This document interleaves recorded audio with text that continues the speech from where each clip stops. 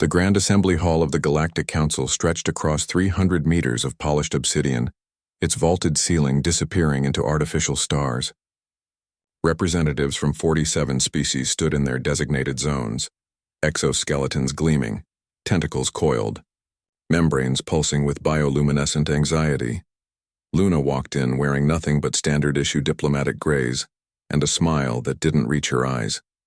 Behind her, barely clearing her shoulder in height, walked Vito. The Kreth ambassador's mandibles clacked in what might have been laughter.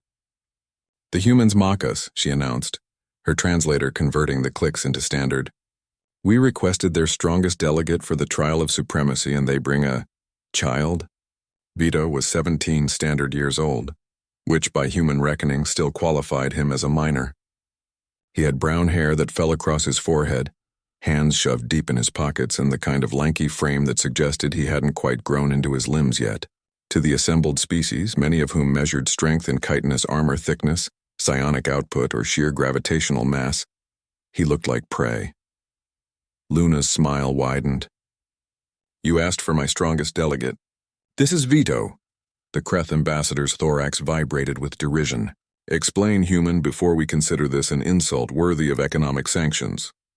The trial of supremacy measures strength, correct?" Luna's voice carried across the hall without amplification. She'd learned that trick during her third tour of the outer colonies. Physical, mental, survival instinct, adaptability, and most importantly, will to protect one's own. "Correct," rumbled the Volcanic Collective's representative, its silicon-based form glowing with internal heat. "Then let me tell you about Vito," Luna said, and her voice carried something the translators couldn't quite capture, something that made several species' threat assessment organs flare involuntarily. "I met him on Kepler 442b, during the mining colony collapse. He was 14. The structural failure happened during sleep cycle, and the emergency pods malfunctioned. I was trapped under debris, both legs crushed, internal bleeding maybe 40 minutes before shock would take me under permanently. The hall had gone quiet. Even the Kreth ambassador's mandibles stilled. Vito found me while searching for his sister. The facility was flooding with methane gas from ruptured lines. One spark and the entire sector would ignite. He had one emergency respirator, his. He was small enough to fit through the collapsed access tunnel to reach the emergency controls. All he had to do was leave me, seal the sector, and save himself and the 63 people in the eastern wing. Vito's expression hadn't changed. He examined his fingernails with the calculated disinterest only teenagers could truly master. "Instead," Luna continued, "he gave me his respirator. Then he crawled into that tunnel, where I couldn't follow, couldn't help, through jagged metal and live electrical cables holding his breath. It took him 11 minutes. Human lungs aren't designed for methane environments. By the time he reached the emergency controls and shut down the gas flow, he was bleeding from his eyes and nose. Medical said later that he'd been 30 seconds from permanent brain damage." The Volcanic Collective leaned forward. "The first killing," Luna nodded. "He killed his own survival instinct. The thing every species in this room puts above all else. He murdered it deliberately with calculation to save someone he'd never met." "And the second?" The question came from the Whisper Collective, a hive mind that rarely spoke in council sessions. Luna's jaw tightened. 6 months ago, Fringe raiders hit our diplomatic vessel near the neutral zone. They wanted hostages, specifically they wanted me. Standard pirate tactics. Take the high-value human, ransom to Earth government, profit. She paused and something dark crossed her features. They didn't know Vito was aboard. He was sleeping in the cargo hold after pulling a double shift on engine maintenance. The raiders were Kreshka. You know their reputation. Several species shifted uncomfortably. The Kreshka were infamous.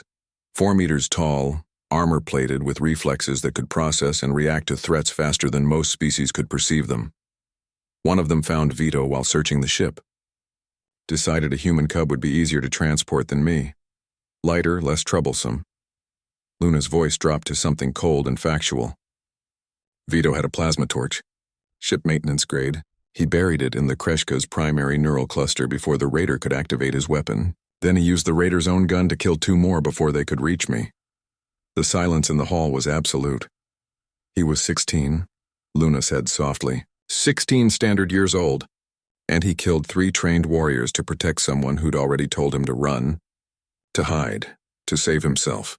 Vito finally looked up, meeting the assembled species with dark eyes that seemed older than his frame suggested. She'd given me her respirator on Kepler, he said quietly. Seemed fair. The Kreth ambassador's mandibles worked soundlessly for a moment. This is your strongest? No, Luna corrected. This is my strongest, Delegate. Our strongest would terrify you. She placed a hand on Vito's shoulder. This is what humans become when we're young and stupid, and haven't learned that self-preservation is supposed to matter more than the person standing next to us.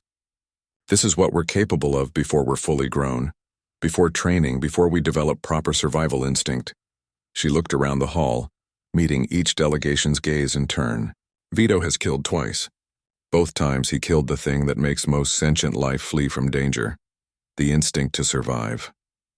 He murdered his own fear, his own logic, his own future, because something mattered more. The Whisper Collective's harmonics resonated with something like awe. What could matter more than survival? Vito shrugged, a peculiarly human gesture that the translators didn't bother converting. She matters.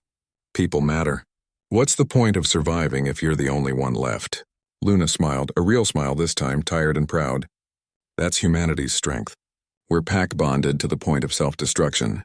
We'll die for strangers. We'll kill for friends. And our cubs, our young, unfinished, still-growing children, will do it without hesitation, without training, without even understanding why it matters.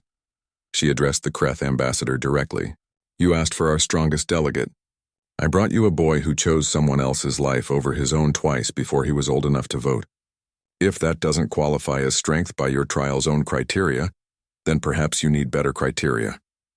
The vote was unanimous. Humanity's delegation was accepted without trial. As they walked out, Vito muttered, You didn't have to tell them about the crying afterward.